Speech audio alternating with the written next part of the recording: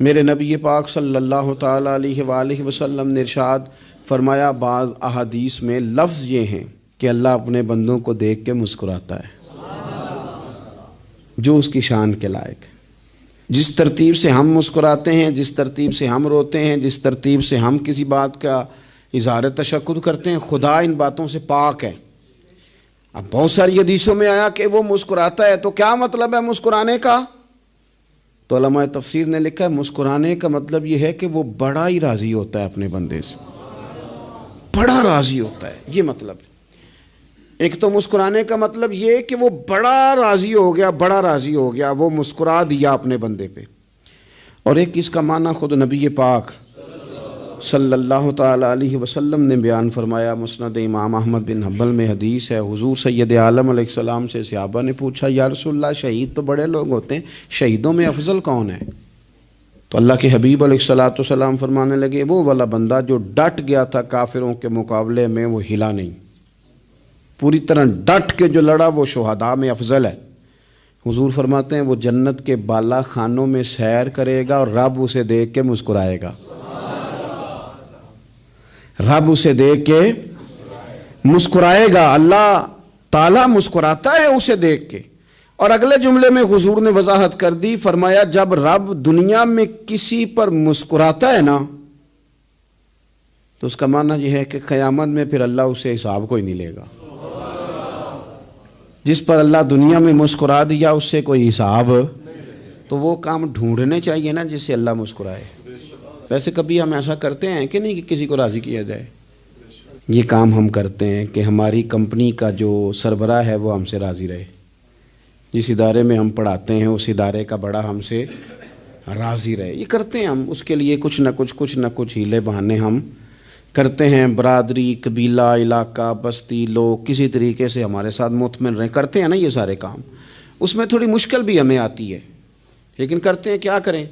گھر میں بھی کئی دفعہ ایسا ماحول بنانا پڑتا ہے۔ چلیں ایک اور میٹھی مثال دیتے ہیں، زیادہ سمجھ میں آئے گی۔ چھوٹا بچہ خوش رہے، آپ اس کے لیے محنت نہیں کرتے؟ وہ چھوٹا ہے، اس کو خوش کرنا فرض ہے ابا پہ، لیکن وہ کہتا ہے کہ میں نے موٹر سائیکل لینا ہے، چھوٹا ہے چلا ہی نہیں پائے گا، تو ابا پھر اسے راضی کرتا ہے، کہتا ہے بیٹے چھوٹا سائیکل لے لے، چل میں تجھے اڑانے والا جہاز لے دیتا ہوں۔ مقصود کیا ہے کہ اس کو ناراض نہیں کرنا، یہ روئے نہ، اس کا دل نہ ٹوٹے۔ ہو یارو سنو نا میں کیا کہہ رہا ہوں، اگر چھوٹے بچے کے لیے وہ چیزیں ڈھونڈتے ہو، میرے ابا جی نا اپنے نواسے کے لیے کھلونا لے کے آئے تو بچہ بڑا ہی کھیلا، تو ابا جی کہنے لگے لو پیسے پورے ہو گئے میرے، بچے کو پسند بڑا ہے نا، پیسے پورے کر چھڑے نے، دیکھو نا جی کتنا اس کو راضی ہوا ہے۔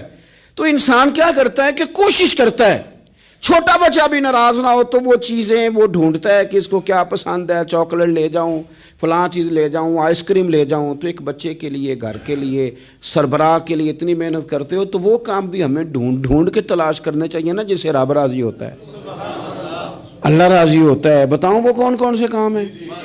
نبی کریم صلی اللہ تعالیٰ علیہ وسلم نے ارشاد فرمایا 3 لوگ ہیں جنہیں دیکھ کے رب مسکراتا ہے۔ یا رسول اللہ صلی اللہ علیہ وسلم وہ کون کون سے؟ تو محبوب فرمانے لگے ایک وہ بندہ ساری مخلوق سوئی ہے، آدھی رات ہے، رات کا پچھلا پہر ہے، اس نے اٹھ کے وضو کر لیا، مصلی پہ کھڑا ہو گیا خدا کی یاد میں، فرمایا اسے دیکھ کے رب مسکراتا ہے جو اس کی شان کے لائق ہے، مسکراتا ہے اللہ۔ یہ تو سونے کا ٹائم تھا، یہ تو گہری نیند آنے کا وقت تھا، رات کا پچھلا پہر۔ رات پوے تے بے درداں نو نیند پیاری آوے، تے درد منداں نو یاد سجن دی ستیاں وی آن جگاوے۔ اور ساون کی کالی راتوں میں جب بوندا باندی ہوتی ہے، وہ راتوں کو اٹھ روتے ہیں جب خلقت ساری سوتی ہے، اللہ مسکراتا ہے۔ اور سننا میرے بھائی، میرے نبی پاک صلی اللہ تعالیٰ علیہ وسلم فرماتے ہیں جب مسلمان نماز کے لیے صفیں بناتے ہیں نا، ترتیب لگ رہی ہوتی ہے، اب اللہ کی بارگاہ میں کھڑے ہوں گے، قیام کریں گے، رکوع کریں گے، سجود کریں گے، فرمایا جب مومن صفیں بناتے ہیں تو رب دیکھ کے مسکراتا ہے، مسکراتا ہے۔ کمال ہو گئے عروج بندگی کا، جب بندے کو دیکھ کے رب مسکرائے۔ خدا بندے سے خود پوچھے بتا تیری رضا کیا ہے، مسکراتا ہے. اور میرے نبی پاک علیہ السلام فرماتے ہیں جب مجاہد جہاد کے لیے صفیں سیدھی کرتے ہیں. آج تو یہ رب کے نام پہ مرنے ہی آ گئے. یہ صفوں میں کھڑے ہوں گے, ترتیب سے لڑیں گے, ترتیب سے گلا کاٹیں گے کافروں کا یا شہادت لیں گے. فرمایا جب جہاد کے لوگ صفیں بناتے ہیں تو رب انہیں دیکھ کے مسکراتا ہے. کتنے نصیبوں والا وہ بندہ ہے جسے دیکھ کے مسکرا دیا. او یار, کبھی تیرا بیٹا تیرے سامنے مسکرائے نا چھوٹا, تو تیرا دل باغ باغ ہو جاتا ہے. تیری ماں بیمار کسی ایک دن صحیح طرح ہنس پڑے تو طبیعت خوش ہو جاتی. مجھے بتاؤ نا جس کا رب بھی اسے دیکھ کے ہنس پڑے, جو اس کی شان کے لائق ہے. کیا اس بندے کے نصیبیں ہیں, کیا اس کے مقدر ہیں. آپ اس مقام پر اپنے آپ کو لائیں. اب دیکھیں نا, یہ حدیث آپ نے سن لی. اب ہم نے نا اس طرح صفحے نہیں بنانے جس طرح ساری دنیا. اب ذرا صفحے بھی شوق سے بنائیں گے. اب ذرا تھوڑا سا شوق پیدا کریں گے. بھئی یہ تو میں وہ کام کرنے لگا ہوں جسے دیکھ کے رب مسکراتا ہے. نبی پاک صلی اللہ علیہ وسلم نے فرمایا جب کوئی بندہ توبہ کرتا ہے نا, ہم توبہ کا رٹا لگاتے ہیں, یا اللہ میری توبہ, یا اللہ. اور توبہ کا تو مطلب یہ ہے کہ پچھلے گناہوں سے پکی توبہ, آج کے بعد یہ غلطی نہ کرنے کا پکا وعدہ.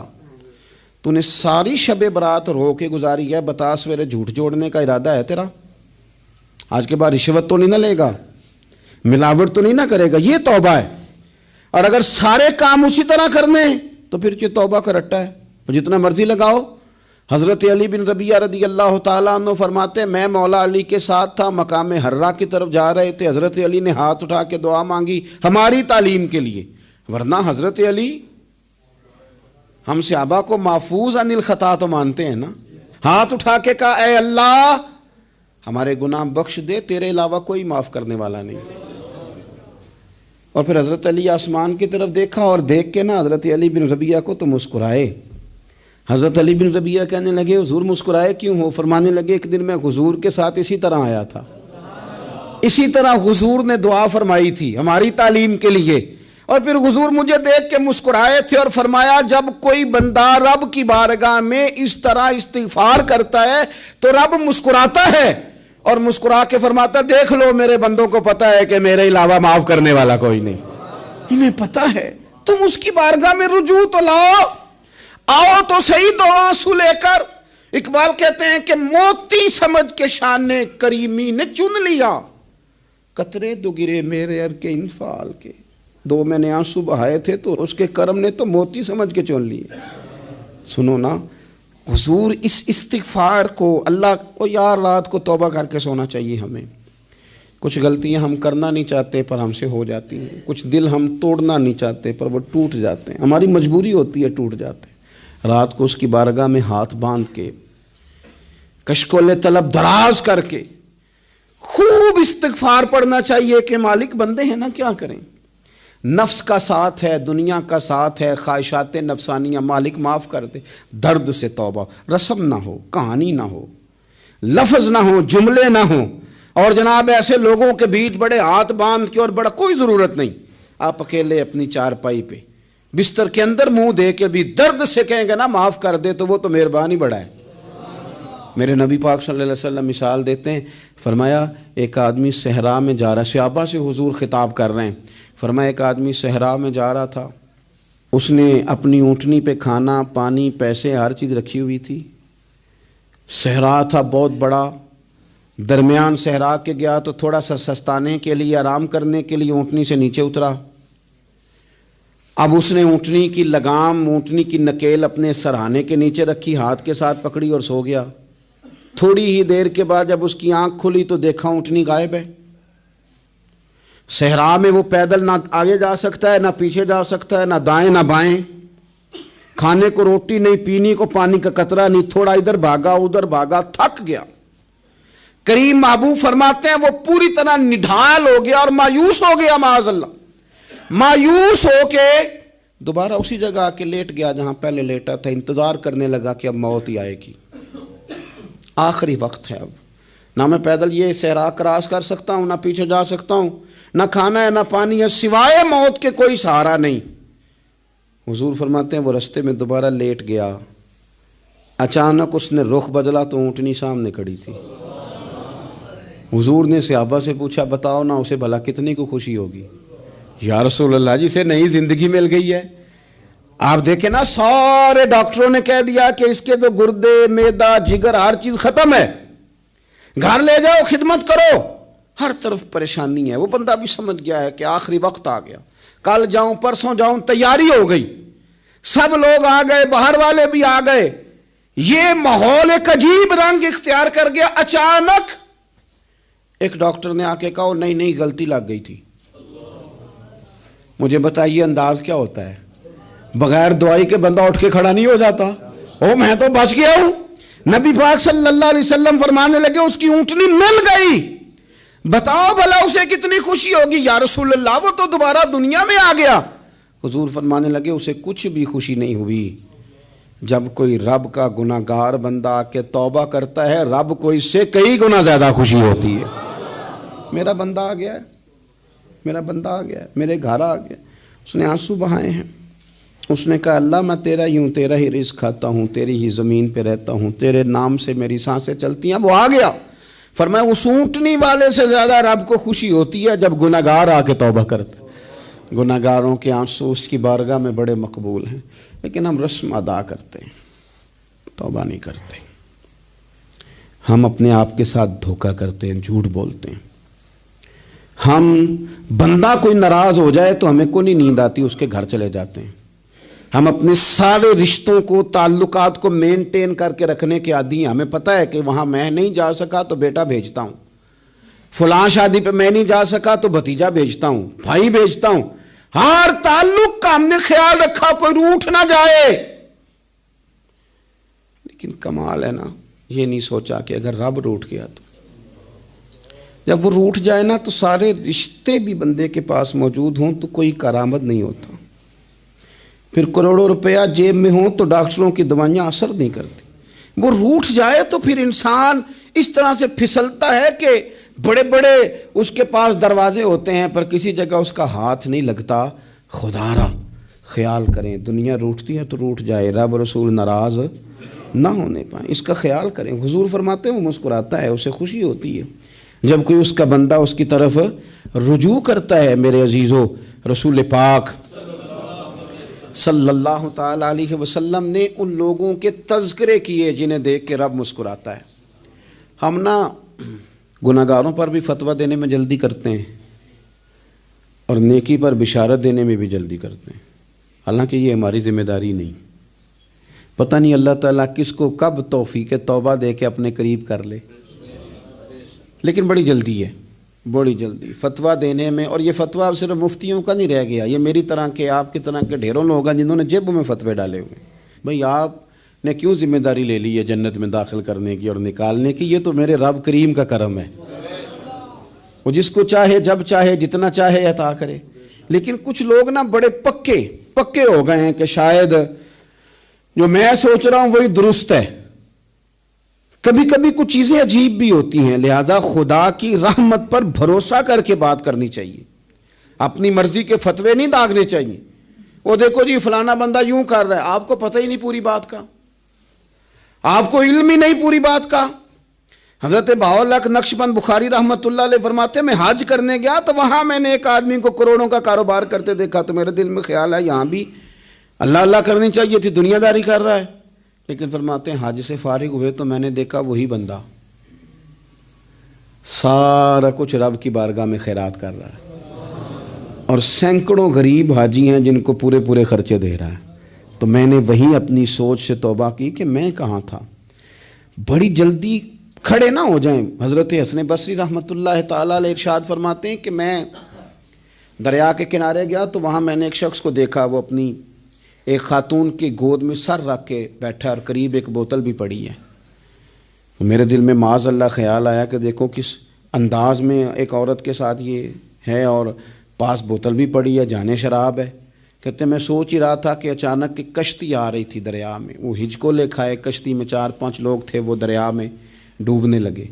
وہ آدمی تیزی سے اٹھا, دریا میں چھلانگ لگائی, پہلے ایک کو نکالا, پھر دوسرا نکالا, پھر تیسرا نکالا, ایک بندہ رہ گیا. کہنے لگا حضور مجھے تو آپ نے گناہگار سمجھا ہے, میں تو بڑے غلط انداز میں یہاں بیٹھا ہوں، آپ نے جو سوچا چلیں گے چوتھا بندہ آپ نکالنا ہے، کرے نا یہ کام، کرے نا یہ کام، بڑے بھولے بھالے بڑے اللہ والے، ریاض آپ کو بس ہم ہی جانتے ہیں، اتنی جلدی فتویٰ۔ حضرت حسن بصری فرماتے ہیں میں پشیمان ہوا، میں نے کہا مجھے تیرنا نہیں آتا، تو دیر نہ کر چوتھا ڈوب نہ جائے، کرتے اس نے چھلانگ لگائی، چوتھا بھی نکال لایا اور کہنے لگا حضرت آپ نے جلدی کی سوچنے میں، یہ بی بی میری ماں ہے اور یہ سرکے کی بوتل ہے۔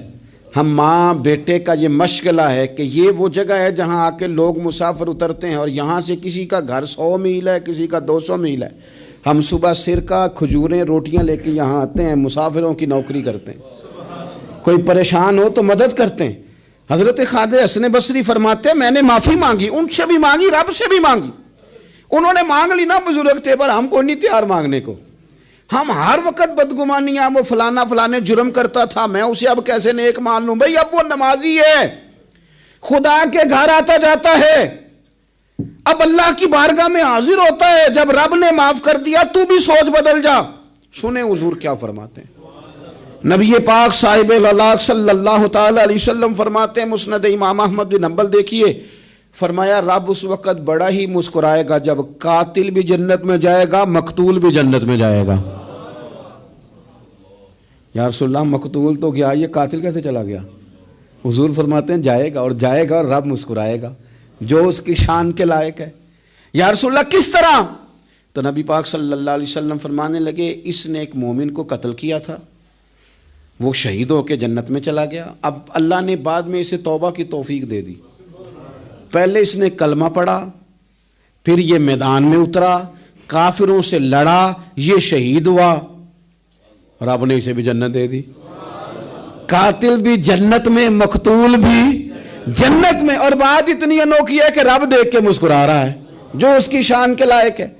ہم جلدی میں ہیں، ہم انتظار نہیں کر رہے کہ شاید توبہ کر جائے، ہم انتظار نہیں کر رہے، لیکن میرے عزیز اتنی جلدی نہ کریں، سوچوں کا صاف ہونا، ذہنوں کا پاک ہونا، اور لوگوں کے بارے میں گمان کا اچھا ہونا۔ آپ کسی نفسیات کے ڈاکٹر کے پاس چلے جائیں، اسے کہیں ٹینشن بڑی ہے، میں ان کے مضامین پڑھتا رہتا ہوں، وہ سب سے پہلا سبق آپ کو یہ پڑھائیں گے کہ اچھا سوچا کریں۔ اچھا سوچنے سے بندہ تندرست رہتا ہے۔ کس سے بندہ تندرست رہتا ہے؟ ہیں جی واقعی، یعنی اس والے پڑوسی کے بارے میں بھی اچھا سوچنا ہے، گھر میں اس والے کے بارے میں بھی، چھوٹے بھائی کے بارے میں بھی اچھا سوچنا ہے، اور بڑے کے بارے میں بھی اچھا ہی سوچنا ہے، یعنی اپنی برادری قبیلے کے بارے میں بھی اچھا سوچیں، جو قبیلے کا نہیں اس کے بارے میں بھی چلیں تھوڑا سا اچھا سوچ لیں، اپنے بارے میں تو اچھا سوچا ہے بڑا۔ میں کہتا ہوں کہ ہم اپنی غلطیوں سمیت اپنے آپ سے بڑا پیار کرتے ہیں، اور دوسرے کی ایک غلطی نظر آ جائے تو ہمیں گھن آنے لگ جاتی ہے۔ آپ جلدی نہ کریں، مالک نے موقع دیا ہے بندوں کو، نہ وہ کسی کا رزق چھین رہا ہے، نہ سانسیں چھین رہا ہے، وہ اپنی زمین پہ چلنے بھی دے رہا ہے، رہنے بھی دے رہا ہے، تو جب اس نے موقع دیا ہے آپ بھی تھوڑا موقع دیں، اللہ بڑا کریم ہے، دروازے کھولے گا، اس کے بندے اس کی بارگاہ تک پہنچیں گے۔ بدگمانیاں اور پھر بدگمانیوں کا عروج، اور اس لیول تک جا کے بات کر دینا ہے کہ جہاں سے خوف آئے کہ یار یہ بات نہیں کرنی چاہیے تھی۔ رسول کائنات سرور دو عالم صلی اللہ تعالی علیہ وسلم فرماتے ہیں کہ اللہ مسکراتا ہے۔ دیکھو ہمارے ہاں نا ایک اور بھی مسئلہ بن گیا ہے، میں نے کچھ لوگوں کو نا پکا، میرے پیارے ہیں، محبت ہے مجھے، تو میں چونکہ آپ میری کلاس ہیں، میں مشاہداتی اور تجرباتی باتیں بھی کر لیتا ہوں، اسی کی روشنی میں کئی دفعہ گفتگو بھی تیار کرتا ہوں۔ کچھ لوگوں نے نا پکا ذہن بنا لیا یہ کہنے کا کہ ہاتھ بڑا تنگ ہے، پکا، آپ جس وقت پوچھ لیں ان کا ہاتھ اور بڑا ہی زیادہ تنگ ہے۔ آپ یقین کریں، بہن کا جو خامند ہے وہ کہہ رہا ہے جا حصہ لے کے آ، تیرے بھائیوں کی کمائی تو نہیں، تیرے ابا کی ہے، لے کے آ۔ وہ بیچاری اس کی منتیں کر رہی ہے، کہتی ہے اگر جاؤں گی نا تو وہ کہیں گے حصہ لے جا، آج کے بعد ہمارے گھر نہ آنا، میرا دروازہ نہ بند کرو، مہربانی کرو۔ اور بھائی سے بات کرتی ہے تو کہتا ہے ہاتھ ہی بڑا تنگ ہے، جب ٹھیک ہوگا تو دے دوں گا۔ نہ کریں یہ ظلم، ہمارے اپنے تڑپتے رہتے ہیں اور ہماری دولتیں اندر پڑی رہتی ہیں، ہمارے اپنے چھوٹی چھوٹی ضروریات کے لیے پریشان ہوتے ہیں، لیکن ہم بڑے بڑے بہانے ہیں ہمارے پاس، کہتے ہیں یہ نکما ہے، یہ نکھٹو ہے، یہ کام نہیں کرتا، اس میں فلانا ہے فلانا ہے، بلے میں نے نہیں ساتھ چلنا۔ اظہار جب آپ کے اندر پیدا ہوتا ہے نا، اظہار جب کسی کے لیے آپ حساس ہوتے ہیں تو آپ کو بھی سرور حاصل ہوتا ہے۔ نہ کریں یہ کام کہ آپ کو اللہ نے وسعت دی اور ہر وقت آپ ہاتھ تانگ ہونے کا رونا رو رہے ہیں، ہر وقت آپ یہ کہہ رہے ہیں میں بڑی آزمائش میں ہوں، جب خدا نے آپ پہ نہیں ڈالی تو اتنے جھوٹ بولنا صرف اس لیے کہ میرے پیسے بچ جائیں، صرف اس لیے کہانی سنانا کہ حالات میرے بڑے خراب ہیں کہ کوئی بندہ میرے سے کوئی تھوڑا بہت قرض نہ مانگ لے۔ سنو، نبی پاک صلی اللہ علیہ وسلم کے پاس مہمان آ گیا، بخاری مسلم ہے، حضور نے ازواج مطہرات کے گھروں میں پیغام بھیجا، کچھ چیز ہے ضیافت کے لیے؟ یا رسول اللہ کچھ بھی نہیں، یہ دو جہاں کے شاہ ہیں اور پاس کچھ رکھتے نہیں، دو جہاں کی نعمتیں ہیں ان کے خالی ہاتھ میں۔ یا رسول اللہ کوئی چیز بھی نہیں۔ حضور نے صحابہ کے مجمع پہ نظر ڈالی، یا رسول اللہ صلی اللہ علیہ وسلم حکم ہو، تو حضور فرمانے لگے تم میں سے کوئی بندہ ہے جو اسے گھر لے جائے روٹی کھلائے؟ ایک صحابی اٹھے فوراً، حضور میں لے کے جاتا ہوں کھانا کھلاتا ہوں۔ فرماتے ہیں میرے گھر میں صرف بچوں کا کھانا تھا، یہ نہیں کہ فریزر بھرا ہوا ہے نعمتوں سے، صرف بچوں کا کھانا، یہ نہیں کہ کسی کو دیکھ کے اپنی ہنڈیا پہ برتن دے لیا، صرف بچوں کا کھانا۔ کہتے ہیں گھر گیا، بیوی سے کہا کیا کیفیت ہے؟ کہنے لگی بچوں کی روٹی ہے۔ میں نے کہا بچے سلا دے، صبح ناشتہ کر لیں گے۔ تو کہنے لگی آپ کیا کھائیں گے؟ تو میں نے کہا نہ میں کھاؤں گا نہ تو کھائے گی، مہمان جو نبی پاک کا ہے۔ کہا اچھا، اب ذرا تجویز دیکھو میاں بیوی کی سوجھی آپس میں۔ کہتے ہیں کھانا لگا دینا، کیونکہ ایک آدھ بندے کا کھانا ہے۔ اپنی غربتوں کا ہر جگہ اظہار کرنا، رونا رونا، یہ دیکھو غربت کیسے چھپائی جا رہی۔ اس کو کہا نہیں کہ چل تو تھوڑا رحم کھا، تو آیا ہے تو تھوڑا رحم کھا، یہ نہیں کہا اٹھ کے نا تو کھانا رکھنا اور اٹھ کے نا چراغ ٹھیک کرنے کے بہانے بجھا دینا۔ ہم دنیا والوں کے سامنے کیوں اپنے دکھ بیان کریں؟ ہم جو کہیں گے رب رسول کی بارگاہ میں کہیں گے۔ تو نہ چراغ ٹھیک کرنے کے بہانے، اہلیہ اٹھی، کھانا دینے کے بعد چراغ ٹھیک کرنے کے بہانے بجھا دیا۔ خامد بھی ہاتھ چلاتے رہے، بیوی کبھی برتن رکھتی کبھی اٹھاتی، پتہ چلے کہ کھانا کھا رہے ہیں، کھانا کھایا جا رہا ہے۔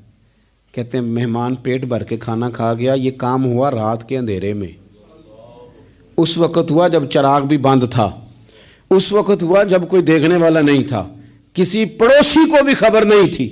فرماتے ہیں صبح کے اجالے میں اس مہمان کو لے کے مسجد نبوی میں نے قدم رکھا تو نبی کریم نے فرمایا رات جو تم نے کام کیا ہے نا اسے دیکھ کے میرا رب بڑا مسکرایا ہے، اللہ بڑا مسکرایا ہے۔ اللہ تر دامنی پہ شیخ ہماری نہ جائیے، ہم دامن نہ چھوڑ دیں تو فرشتے وضو کریں۔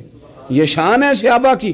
نبی کریم علیہ السلام نے فرمایا رب رات مسکرایا تیرا یہ انداز دیکھ کے، اور اس نے قرآن نازل کیا وَيُؤْثِرُونَ عَلَىٰ أَنفُسِهِمْ وَلَوْ كَانَ بِهِمْ خَصَاصَةٌ۔ کچھ لوگ وہ ہیں جنہیں بڑی بھی ضرورت ہو تو دوسروں پر اثار کر دیتے ہیں، قربانی دے دیتے ہیں۔ رب مسکرایا ہے، اندر پیسے رکھے ہوئے ہیں، اندر پیسے رکھے ہوئے ہیں، اور بہن آ کے منت کر رہی ہے کہ بھائی حالات بڑے خراب ہیں، تھوڑی سی مہربانی کر۔ تو کہتے ہیں بہن پردہ یہ ہے بس، کیسے بتاؤں تجھے حالات، مجھے کیا بتاؤں کام کتنی مشکل سے چلتا ہے، یہ پردہ یہ بس۔ بہرحال اگر تو نے کہا ہے نا 50,000 تو میں زیادہ نہیں کوئی 20 کو دے دوں گا تجھے، وہ بھی خاصی نیکی کر کے، وہ بھی بتا سکھا کے۔ رات اماں پہ علیحدہ سے احسان چڑھاؤں گا، ابا پہ علیحدہ سے چڑھاؤں گا کہ تمہاری بیٹی کے ساتھ تعاون کر رہا ہوں، سارے علاقے کو ویسے ہی بتاؤں گا۔ اور وہ غریبنی بیچاری 20,000 لے کے گھر گئی ہے، پہ سفارشیں کر رہی ہے کہ مہربانی کرو۔ میں نے ایسے بھی دیکھے ہیں جو پہلے بیوی کو پکڑاتے ہیں تو دے، اس لیے کہ پھر وزیر اعظم تو ڈنڈا نکال لے گا تو بڑا مشکل ہو جائے گا پھر گھر میں رہنا، لہذا وہ یہ تو آگے لگ۔ یہ کیا لہجہ ہے آپ کا؟ یہ تو کسی کو بھی دیں تو چھپا کے دینے کا حکم ہے، کسی کو بھی دیں تو ہمیں حکم یہ ہے کہ سیدھے ہاتھ سے دینا ہے، الٹے کو خبر۔ اور یہ جو بالکل ہی اپنے ہیں ان پر تو پردہ پوشی آپ کے لیے ویسے ہی ضرورت تھی۔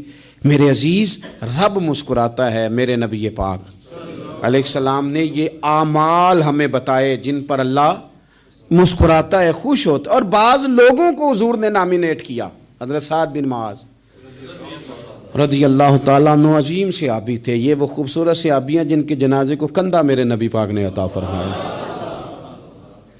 حضور نے کندھا عطا فرمایا. کمال ہو گئی. نرخ بازار محبت کا انوکھا ہی ہو گیا. خود خریداروں میں شامل آ کے مولا ہو گیا. حضور نے کندھا دیا. حضرت سعد بن معاذ رضی اللہ تعالیٰ عنہ کا جب جنازہ اٹھا ان کی والدہ رو پڑی, بڑے درد سے روئی. ماں تھی نا, ان کی آواز جب حضور تک گئی تو نبی پاک نے فرمایا آنسوؤں کو روک لے, آواز کو کم کر لے. تیرے بیٹے کی تو جب روح پرواز ہوئی ہے تو رب مسکرایا ہے. جس کے آنے پہ رب راضی ہو مسکرا دے جو اس کی شان کے لائق ہے.